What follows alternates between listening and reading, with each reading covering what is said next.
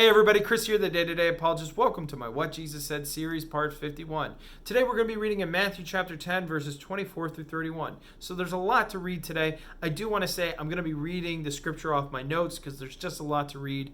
And I know there are points that I'm probably going to miss, but I want to unpack three main points in this video. So enjoy the video. If you want to watch my other videos, click on the playlist, scroll on down, What Jesus Said, and my other tabs are there. Enjoy the videos. So with that said, let's read Matthew chapter 10, 24 through 31.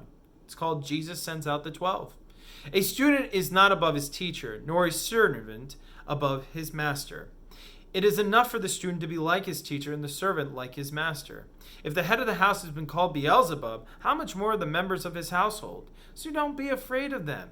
There is nothing concealed that will not be disclosed, or hidden that will not be made known. What I tell in the dark, speak in the daylight. What is whispered in your ear, proclaim from the roofs. Do not be afraid of those who can kill the body, but cannot kill the soul. Rather, be afraid of the one who can both destroy soul and body in hell. Are not two sparrows sold for a penny? Yet one of them will fall to the ground apart from the will of your Father.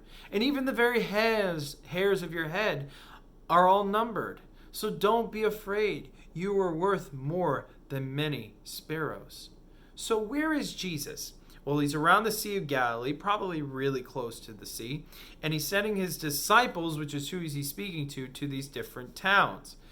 Now, we know the where, we know the who. So how do I apply all that was read in my day-to-day or your day-to-day? Great question. First, I want to focus on the servant and the student. God is the teacher and the master. Okay, Jesus was the teacher. He was the rabbi, and the disciples were his followers. He was the teacher. They call him teacher multiple times. And he's reminding his disciples that they have a job and a perspective and an attitude that they need to have. And that is, the Father has got this. Jesus knew their hearts. He knew that they were scared. Some were impetuous in nature, and so were really excited, but for the wrong reasons. And he wanted to encourage his disciples that they were going to face difficulty and frustration and all these things, but they were to have faith in the teacher and the master, and to just be like them, to share what the teacher and the master has to share. That's the calling for us as Christians. Our job is not to keep score on who's saved and who's not saved. Our job is to get out there as servants who want to reflect the master who loves us and cares for us, or the teacher who's taught us and brought us up to the point where we're ready to get out there and share. So just remember that. You're not there to be perfect. You're not there to answer all questions when you share your faith. It's just really simply building relationships and sharing the truth with fact behind it. Second, Jesus talks about hell. Hell is one of those things that make a lot of people feel very uncomfortable, and it should. You might be shocked to hear this, but Jesus actually spends more time in the Gospels talking and warning people about hell and the punishment of resisting God's grace, love, and will for their lives than he does talking about heaven. And though Jesus mentions hell, he wants to remind his disciples who are going out to share that they are to encourage everything he's taught, everything he's shown, to do those things, because the eternal destination of a person is, eternal. And that's our charge as well. I'm speaking to myself here. I could get intimidated or distracted or make excuses, and Jesus is like, look, their soul's on the line. I've got people for you to share the truth with. Whether they accept or not accept, that's not the issue. The issue is, are you going to obey me?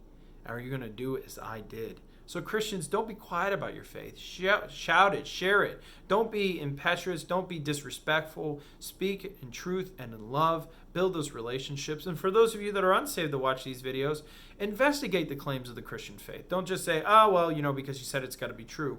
Look, learn, listen, explore the truth and the relationship that God desires to have with you, because it's more than just fact, it's life when it comes to a Christian lifestyle. Finally, God has got, as us as Christians, he's got our back.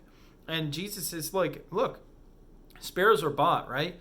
And sparrows can fall and die in the field, and no one can see them, but the Father cares about the sparrow. So if he cares about the sparrow that is bought for or dies in the field, he's like, these are all created things, but they aren't humans. They're not created in my image or his Father's image. And so Don't worry about all the things that you're going to say or you're going to do. Just show the love of Christ, show the love of me to these people. Heal them, listen to them, talk to them, pray with them. Do the work that I've done. You call me your teacher, then teach the people to be servants of the Almighty. So remember that. He's got our backs. Let's not be scared. Let's not worry. Let's just remind ourselves that animals don't run around worrying all day long. Perhaps we should take cues from those things in which God created. Perhaps we should stop thinking about the what ifs and just focus on saying, your will be done, Father. Hope you guys enjoyed this video. Make sure you comment, like, and subscribe. God bless you guys, and run the race and share the faith. Have a great day.